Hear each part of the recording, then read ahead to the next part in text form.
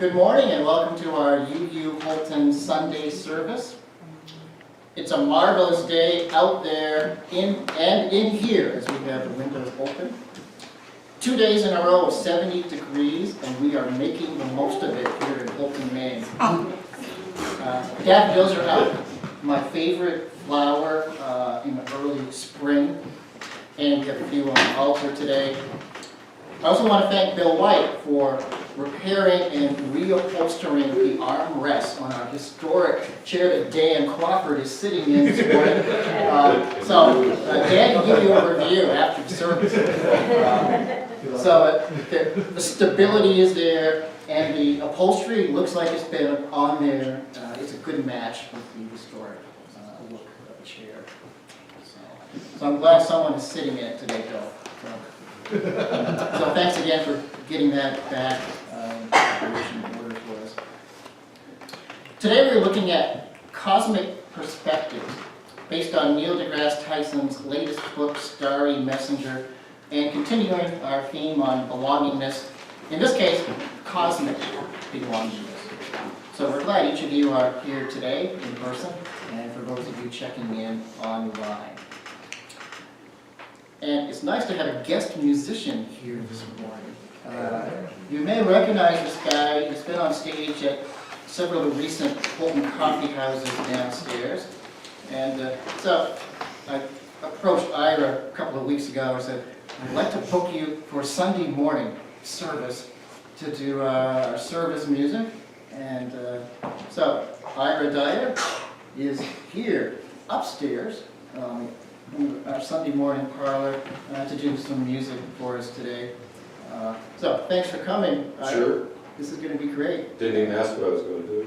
No, that always makes me a little nervous. I can do that. I gave him the theme for today's topic, and we're going acoustic today. He doesn't even need a sound man. So Ira's going to do our prelude piece for us this morning. We go from the elevator music to, well actually this is a Paul Williams song, but you probably heard Kermit the Frog do it.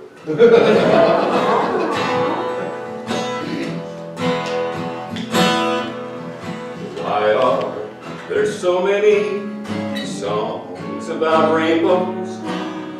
What's on the other side? Rainbows are visions, but only illusions. Rainbows have nothing to hide. So we've been told, and some choose to believe it. I know the wrong way to see. Someday we'll find it, the rainbow connection, the lovers, the dreamers, and me.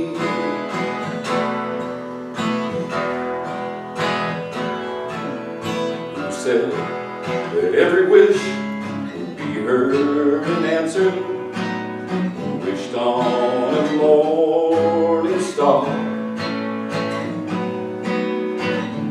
Somebody thought that, and someone believed it. Oh, look what it's done so far. And what's so amazing that keeps us stargazing? And what do you think we might see? Someday we'll find it, the rainbow connection, the lovers, the dreamers, and me. All of us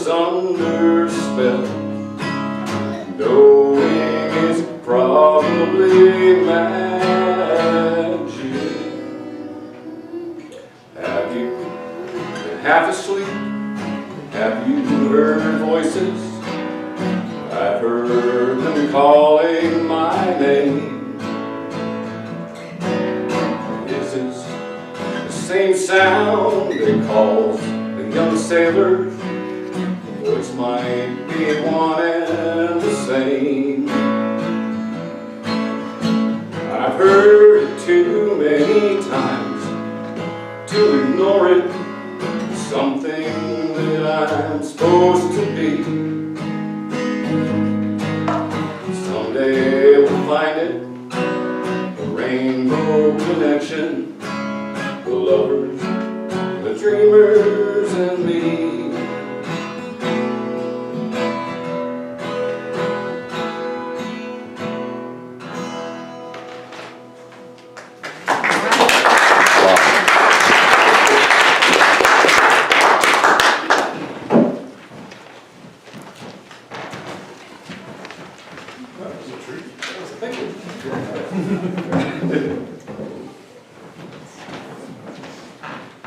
So you may have noticed there's no books today in the chairs. We're going to do a little warm-up vocally this morning for a moment of centering silence. We've done poems before as a group. So today, with the theme Cosmic Perspectives, we're going to do an awe instead, A-W-E, as our vocal tone. It's kind of like a choral group warming up to vocalize before the performance. So I'm going to give you the pitch on the singing bowl, and you don't have to match the pitch, but it'd be interesting if you get close to it. Kind of play around with your awe as we go, as we come together as a group, some intonation, attunement, and we're going to go for quite a long ways. So we'll need to breathe. We'll get covered. Don't all breathe at the same time, okay? And it should work. So we're going to sound in, and we'll do the awe. And make sure you drop your jaw as low as you can in awe of the space that the planet that we are on today, in this group space. And we'll keep the sound going until you hear the singing bell sound the second time, and we'll let the awe fade away. Are we ready?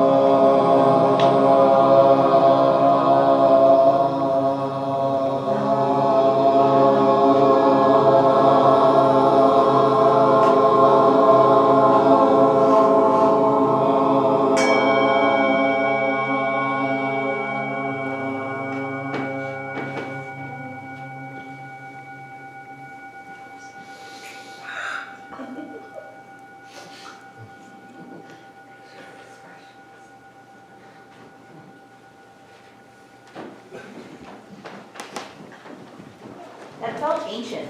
It was cool, you know?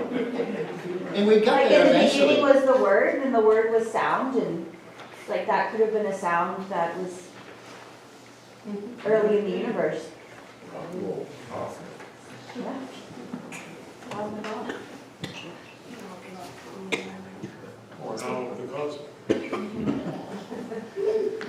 So opening words this morning come from the Sun Magazine, Winter 22, issue 564. This is their 50th year of publication. So that's how they've gotten up to this high number of issues, 12 per year. So what I've done is combine several readings into one, sampling from V.S. Ramachandran, a neuroscientist at the University of San Diego, director of the Center for Brain and Cognition; Diane Ackerman, a poet from Ithaca, New York; and Ira Dyer, author of Transcendental Kingdom. So each issue of the Sun selects a topic of focus, and this particular one was the brain and human perspective, which seemed to tie in nicely with our theme for today's service, cosmic perspectives. It's interesting to notice the relationship between super small and super large, the microcosm and the macrocosm. The deeper you go inside, paradoxically, the farther you go into the expanse of the known universe. How can a 3-pound mass of jelly that you can hold in the palm of your hand imagine angels, contemplate the meaning of infinity, and even question its own place in the cosmos? Especially awe-inspiring is the fact that any single brain, including yours, is made up of atoms that were forged in the hearts of countless far-flung stars, billions and billions of years ago. These atoms right now form a conglomerate, your brain, that can not only ponder the very stars that gave it birth, but can also think about its own ability to think and wonder about its own ability to wonder. The brain's genius is its capacity for reflection. What an odd, ruminating, noisy, self-interrupting conversation we conduct with ourselves from birth to death. The monologue often seems like a barrier between us and our neighbors and loved ones, but actually it unites us at a fundamental level as nothing else quite can. It takes many forms, are finding similarities among seemingly unrelated things, wadding up worries into tangled balls of obsession, difficult to pierce even with the spike of science and logic, painting elaborate status and romance fantasies in which we are the star, picturing ourselves elsewhere and elsewhen. The truth is, we don't know what we don't know. We don't even know the questions we need to ask in order to find out. But when we learn one tiny thing, it's like a dim light comes on in a dark hallway. And suddenly, a new question appears to us. We spend decades, centuries, millennia trying to answer that one question so that another dim light might come on. In so doing, the darkness eventually becomes the light.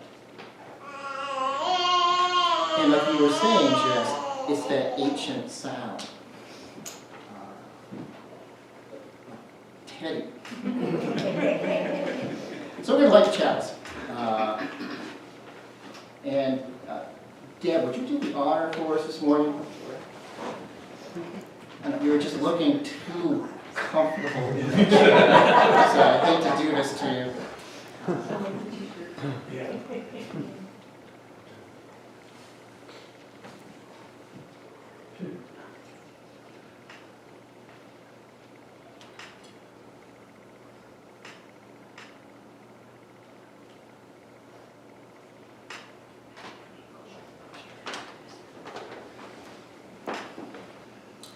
We light the chalice today. A small, diminutive light, yet this pinpoint of light contains the potential of the entire universe. We are this light. Our potential is vast.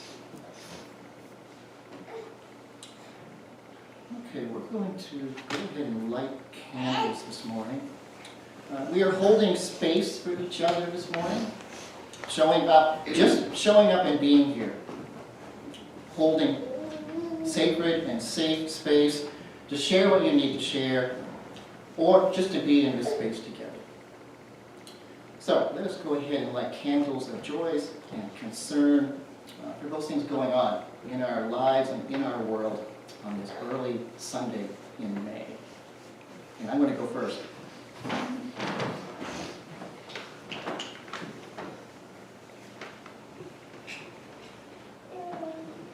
Well, when 70 degrees hit this weekend, suddenly I got out my bicycle, pumped up tires on Linda's bike and mine, and training has begun. I fired up a lawnmower, took it for a test run, and the light of love and compassion. May our group energy benefit all beings far and wide.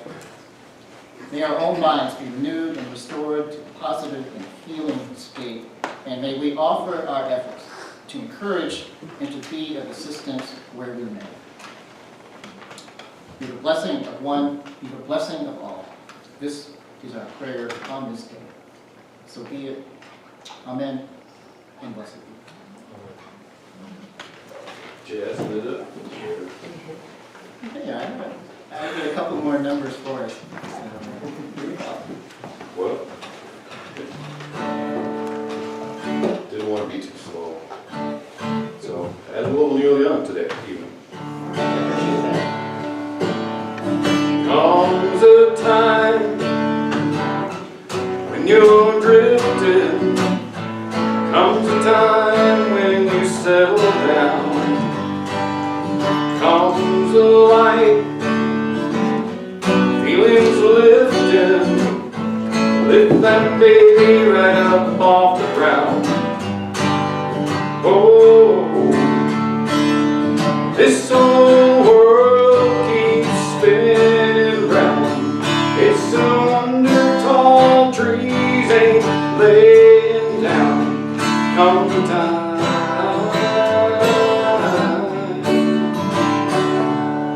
you and I, we were captured.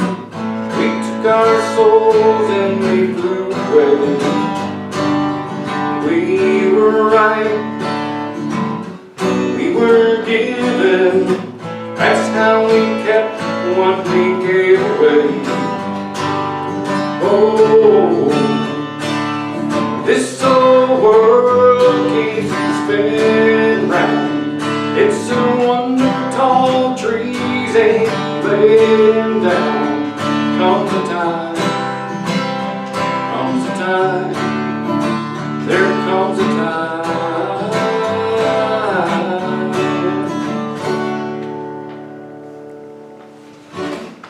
There's a little bit of work. This one I was encouraged to learn. So this is I've only been playing this a little while, so bear with me. This is my version, not James Taylor's version. James picks apart chords. It's like everything he sings is a new chord. I can't do that.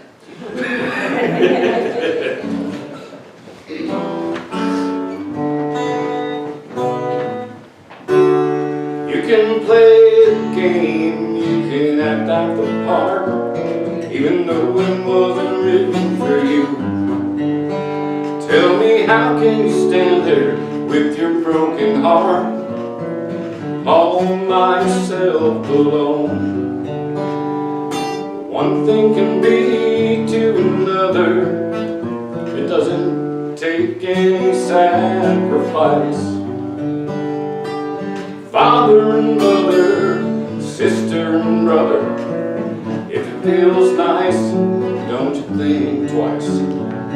Shower the people you love with love. Show them the way that you feel. Things are gonna be much better if you only will.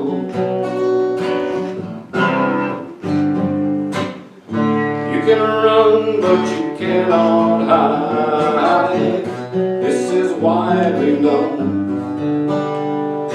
What you plan to do with your foolish pride when you're all by yourself alone? When don't you tell somebody the way that you feel? You can feel it beginning to ease. I think it's true what they say about the squeaking wheel, always getting the grease. You got to shower the people you love with love, show them the way that you feel. Things are gonna be much better if you only will.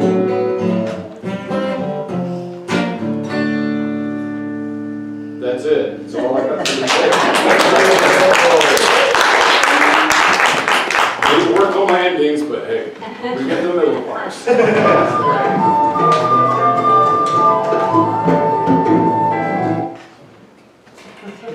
That was me. Charlie was sneaking up on me. Singer.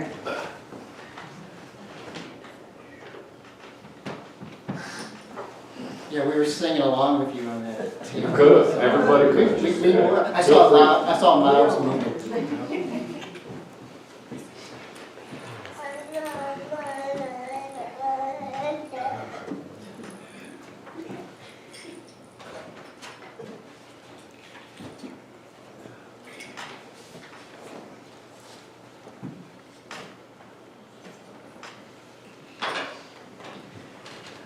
Okay. So I came across, this is something I wrote years ago when we were doing a theme on the pale blue dot. So I'm just going to open up today's lecture on cosmic perspectives by just reading that little paragraph. And I think actually use this image, the Earth flag, when this piece went out online. So here we are, sitting on this most amazing planet, floating in space like a blue marble, just the right distance from the nearest sun, and in most cases, we are barely aware that it is happening. Since we are busy with everyday demands of our life, it doesn't leave much available mental space for thinking about our physical address in the universe.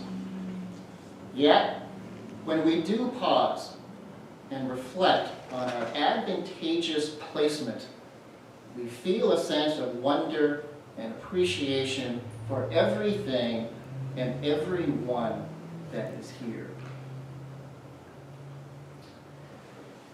So on the support page, I sent out an article yesterday from The Atlantic that came out recently, and it's titled, "Seeing Earth from Space Will Change You" by Marina Koren. So, if you get a chance to read that article, it explores a lot of astronauts or people who have spent time in space talking about the overview effect. And William Shatner, I remember when he came back from the Blue Horizon trip last year and gave interviews on his experience of essentially just going up into orbit and back down again. So you can take a closer look at that article. But in the article, Michael Collins, the Apollo 11 astronaut who flew around the moon once during that Apollo 11 mission, said something that sounds like the opening line of a joke about a priest and philosopher and a poet walking into a bar. He said, "The best crew for the Apollo mission would probably be a philosopher, a priest, and a poet. Unfortunately, they would kill themselves trying to fly a spacecraft." So Marina Koren, the author of the article, goes on to say that today, such a trio could easily make the voyage to space if someone was willing to foot the bill. And that's exactly what is happening now with some of the tourist-based flights on SpaceX. But each of them might come back with different ideas of what it had meant to enjoy a view of Earth that was once reserved for the gods alone. And she mentioned the options are awe, despair, or simply a shrug? Initially, when people started talking about the overview effect, it was a new and first-time experience. Now, after 50 years, we've been exposed to the concept and watched numerous high-resolution video footages and documentaries of views from space. So, perhaps it may have lost some of its wow effect. I like to think, now that more and more people have been exposed to the overview concept, 50 years of it, perhaps we're starting at least to get used to the idea, and we will make it a part of our day-to-day philosophy when we make decisions about sustainability, economic models, and what kind of vehicle we might buy next.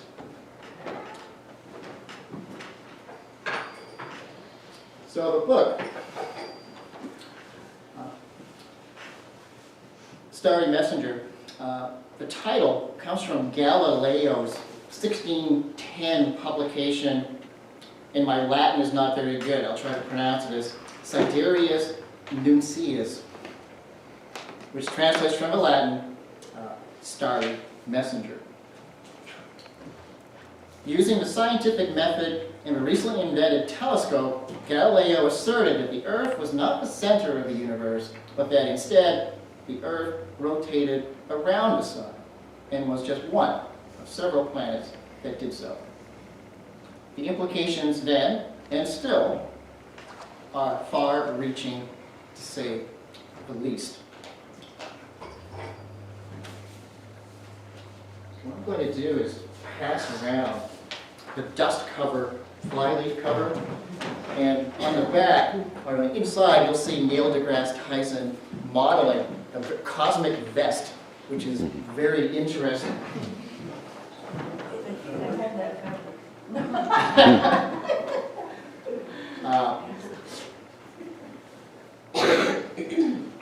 So what I want to do this morning is just read a few passages from the book.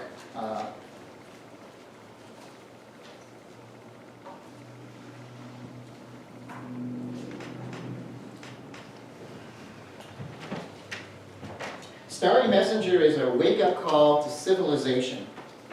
People no longer know who or what to trust.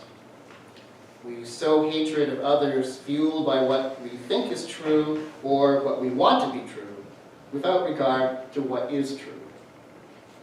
Cultural and political factions battle for the souls of communities and of nations. We've lost all sight of what distinguishes facts from opinions.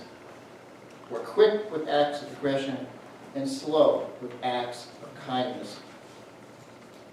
Starry Messenger recasts some of the most discussed and debated topics of our time: war, politics, religion, truth, beauty, gender, race, each as an artificial battlefield on the landscape of life, and returns them to the reader in ways that foster accountability and wisdom in the service of civilization.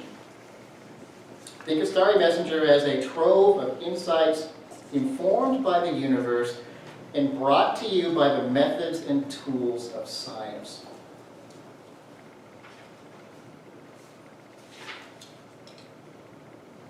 If we instead back away from all that divides us, you might find common, unifying perspectives on the world. One must ascend from Earth's surface to get there, to see Earth and everybody on it in a way that leaves you immune to provincial interpretations of the world. We speak of this transformation as the overview effect, commonly experienced by astronauts who have orbited Earth.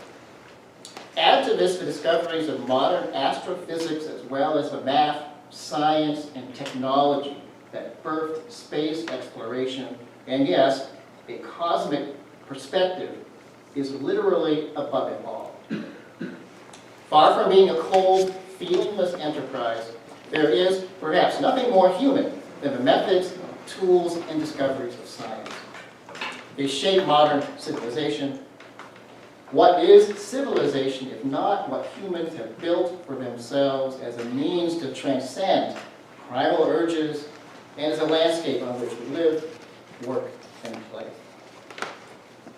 Even when arguing opinions, you may be surprised how potent a rational perspective can be.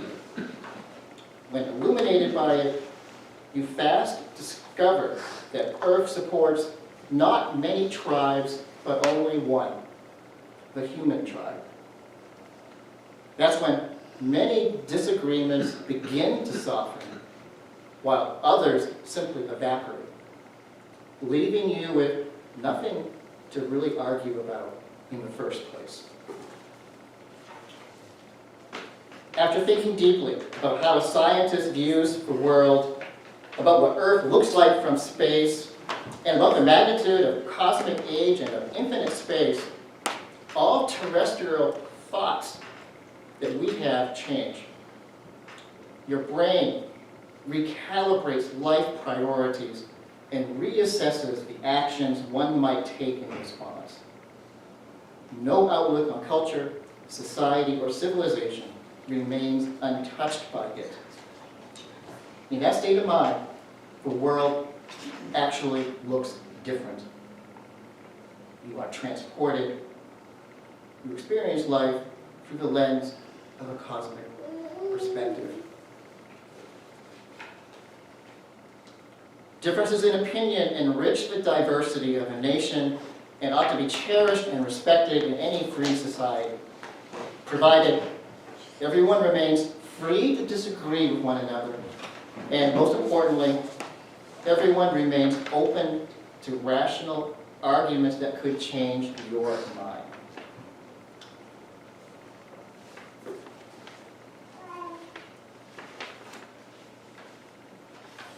And in closing, personally as a human and as a scientist and as a resident of Earth, the most beautiful thing about the universe may be that it's knowable at all. No message written on tablets in the sky pre-required this to be so. It just is. For me, this summit of objective truth makes the universe itself the most beautiful thing in the universe.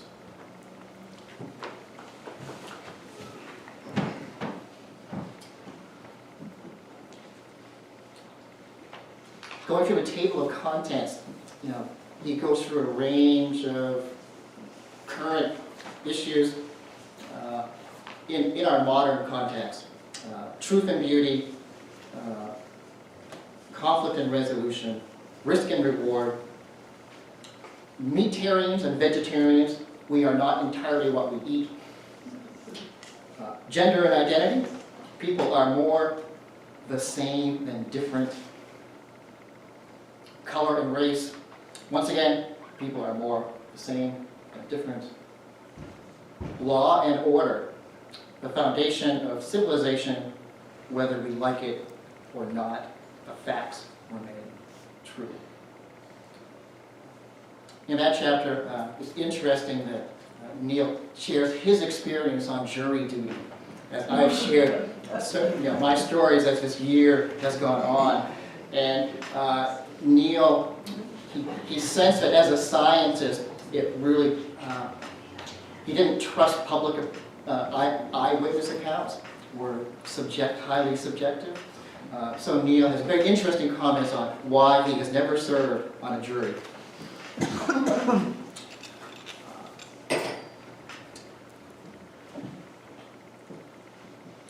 So, I found the book to be easy to read,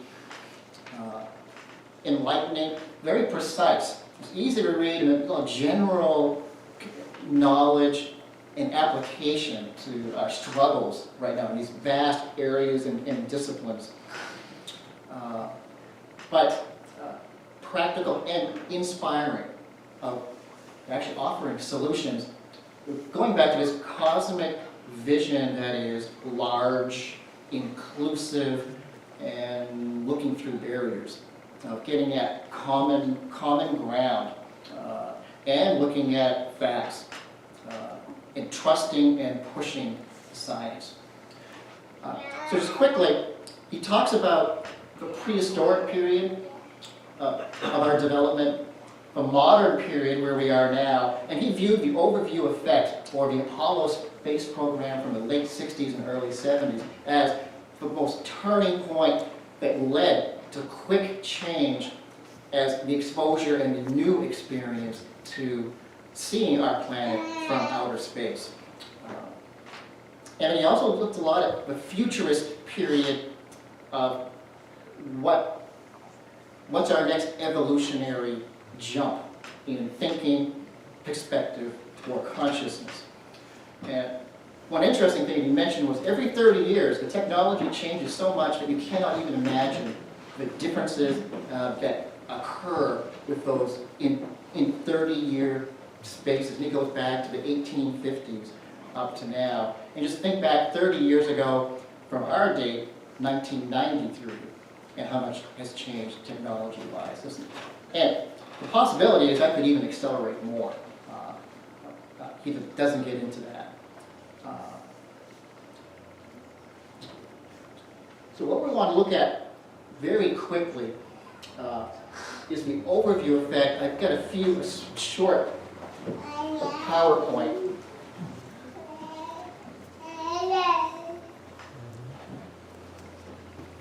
And in your bulletins, you'll see this symbol. And it comes from a website, Overview. And it's over-view.com, where a lot of these images came from, connected to the International Space Station. And this is their new logo. And this large circle is the Earth.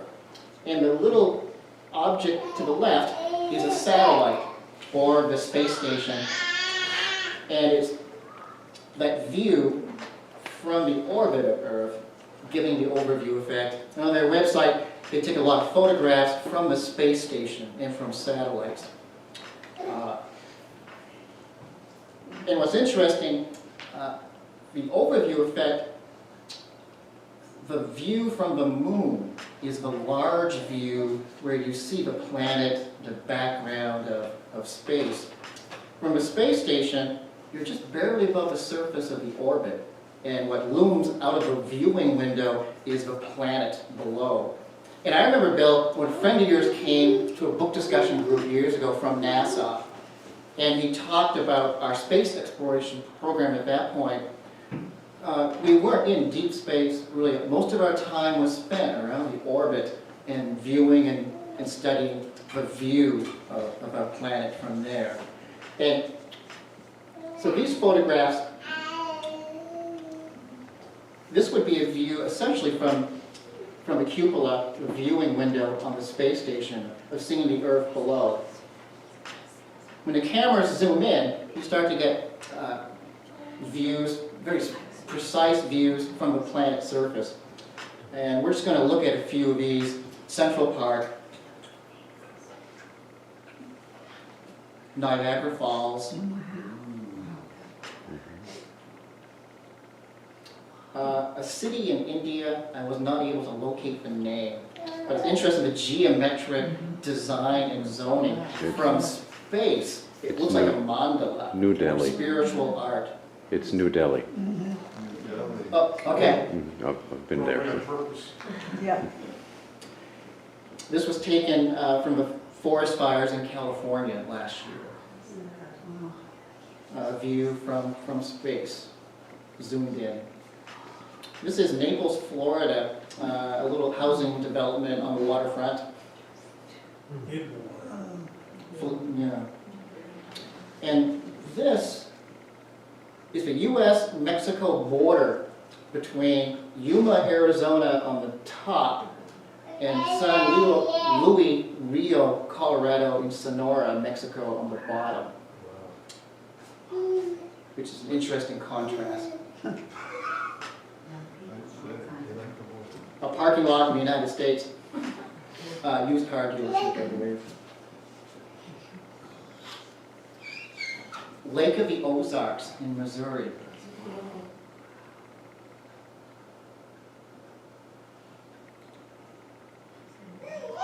This is the Shadigan Lagoon in Iran.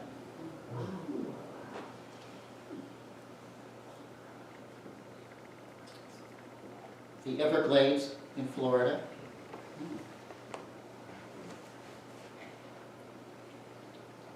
Dutch tulip fields in the Netherlands. There's images. Don't you have that pepper? It's a lot of flowers. The images are like art. From this overview perspective, playing around with size, scale, color, texture, from a satellite or camera floating in orbit around the Earth.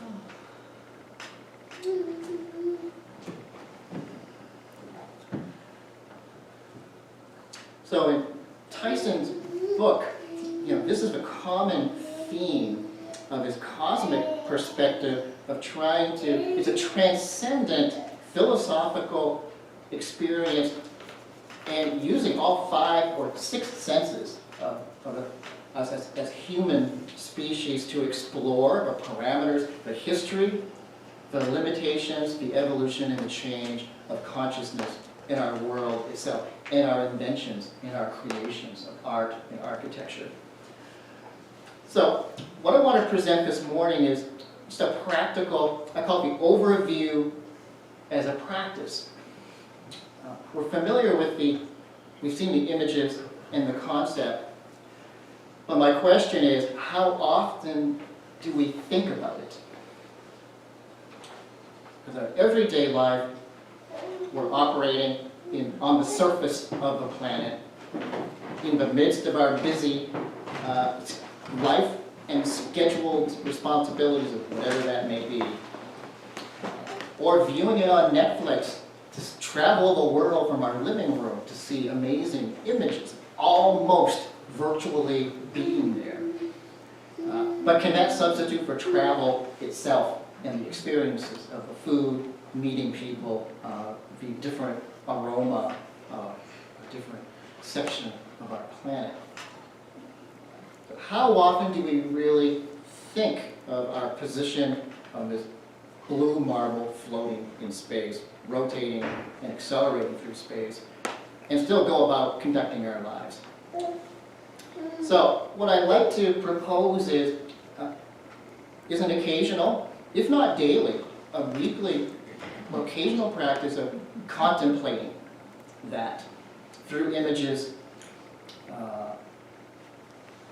to get a sense of space, time, the expanse, and the incredible value of our short lifespan and our experiences and the people we know and value. One of the comments that keep coming over and over again of people who have had the overview effect, peak experience, is this appreciation for it changes their life. It's life-changing appreciation of the types of things we've been talking about in today's service, and lighting candles. But it's so easy to go back to our normal way of thinking, which is perhaps not as cosmic or large as those peak moments when we go there. So how can we extend that as a regular viewpoint, a way of experiencing and viewing and seeing our world, and connecting and belonging to the people around us and the planet and the cosmos itself? So that's all I'm proposing this morning, to come up with exercises or practices that can do that as a group or as an individual.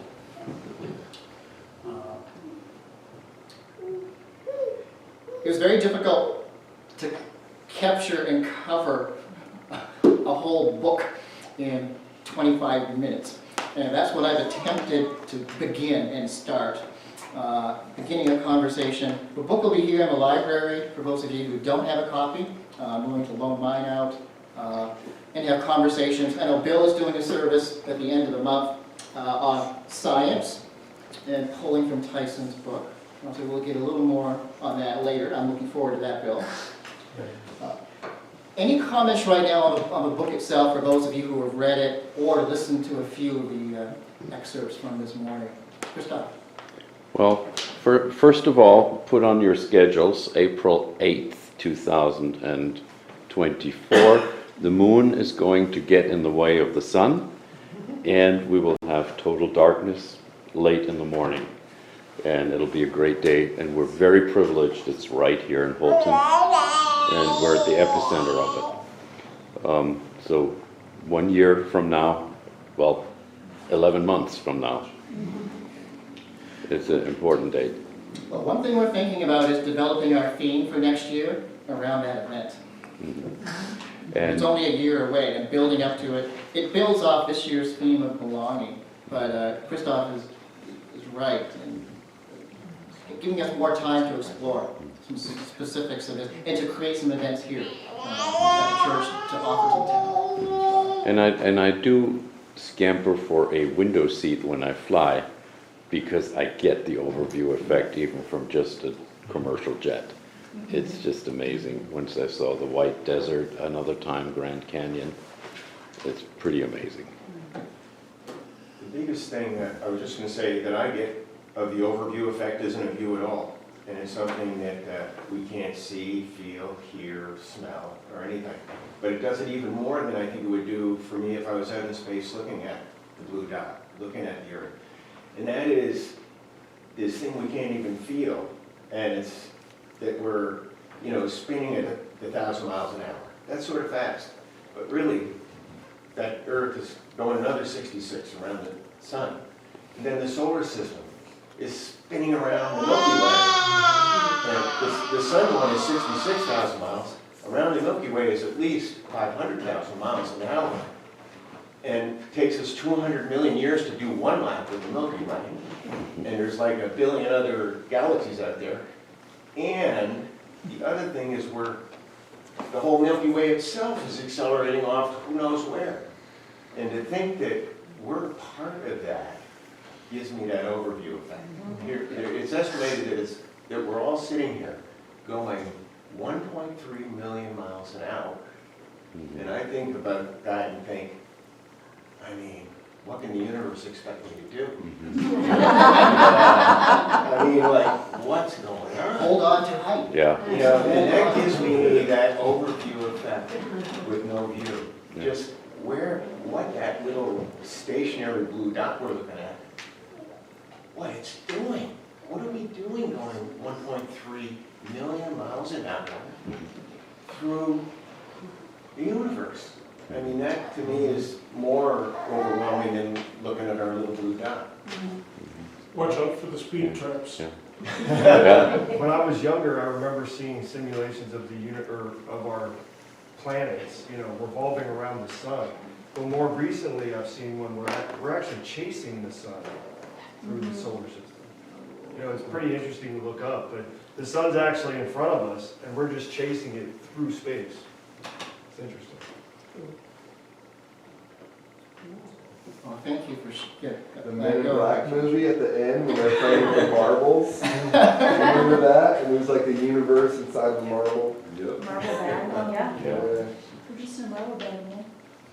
Or So there's plenty more to explore. Well, I'm going to go home and watch Hitchhiker's Guide to the Galaxy one more time. But before I do that, please come and do one more song. One more.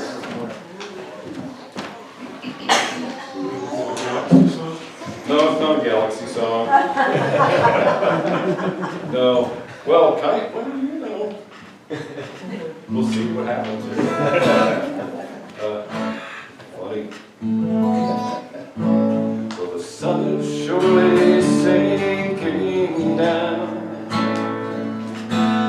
and the moon is slowly rising. So this old world must still be spinning around. We're gonna have a good time. So close your eyes. You can close your eyes. It's alright. I can sing this song.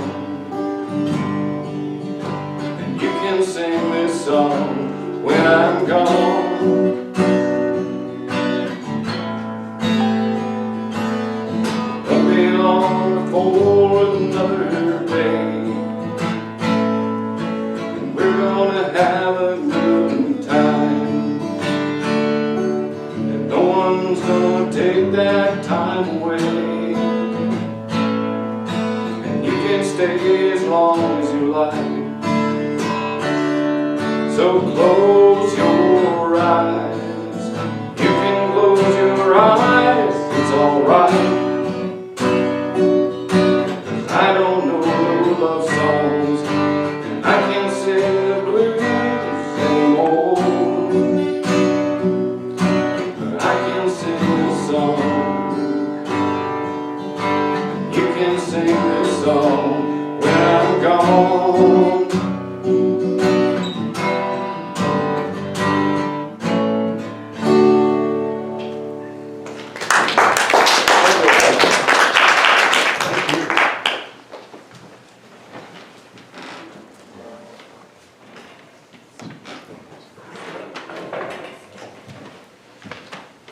Thanks, Ira. Thanks, you did good, Dave. It's been great working with you, Ira.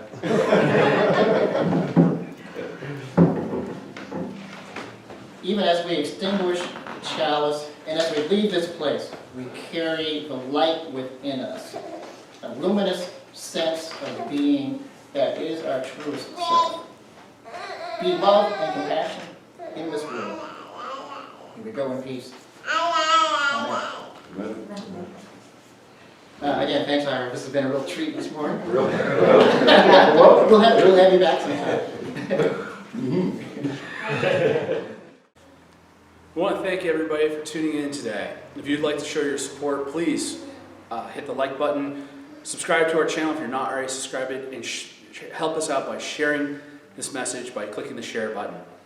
If you'd like to make a monetary donation to you, Church Holton, there is a link to our online donations in the video description down below.